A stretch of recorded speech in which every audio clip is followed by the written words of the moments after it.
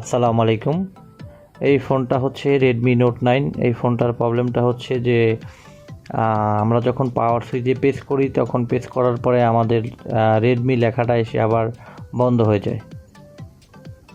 তো আমরা এটাই দেখব যে এভাবে এটা কাজটা কিভাবে স্টেপ বাই স্টেপ সলিউশন করা যায়, আমরা সেটাই দেখব। তো আমি এখন পাওয়ার সুইচটাকে প্রেস করব। প্রেস করার পরে আমি দেখাচ্ছি যে আসলে এই ফোনটার প্রবলেমটা কি, আমরা সেটাই এখন দেখাবো আপনাদেরকে।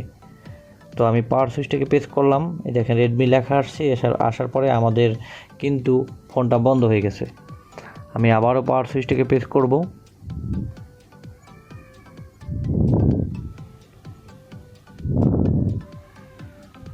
তো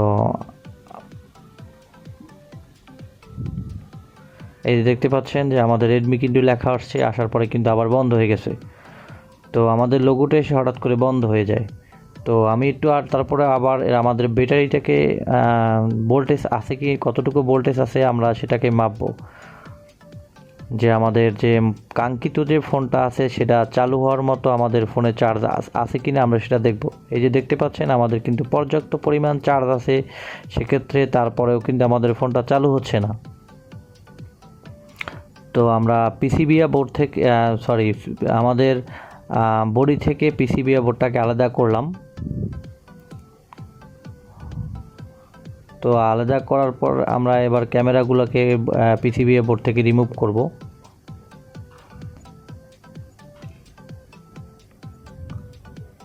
কারণ রিমুভ করে নেবেন, যখনই কাজ করবেন তখন বডি থেকে ক্যামেরাগুলো রিমুভ করে নেবেন, না হলে অনেক সময় দেখা গেছে হট গানের হিট লাগলে আমাদের ক্ষতিগ্রস্ত হওয়ার সম্ভাবনা বেশি থাকে।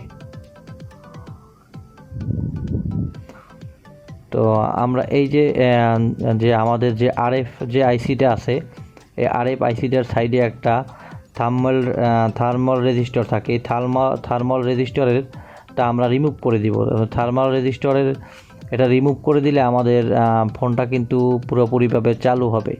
তো এই থার্মাল রেজিস্টর আপনারা কিভাবে চিনবেন অথবা কিভাবে এটা মান নির্ণয় করা হয়, তো সেটাও আমি অন্য একটা ভিডিওতে আপনাদের টিউটোরিয়াল নিয়ে আসবো, যেন আপনারাও দেখে যেন শিখতে পারেন এবং কিভাবে এটা চিহ্নিত করবেন।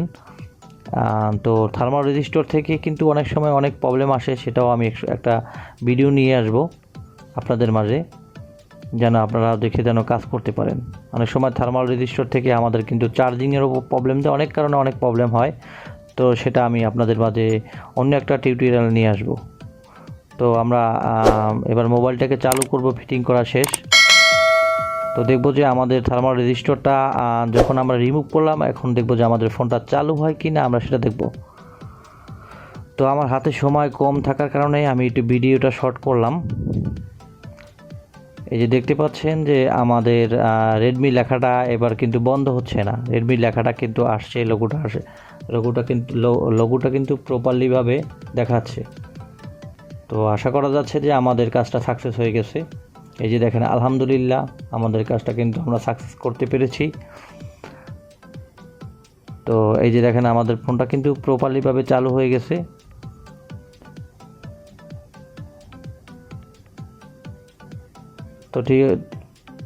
তো সবাই ভালো থাকবেন, সুন্দর থাকবেন।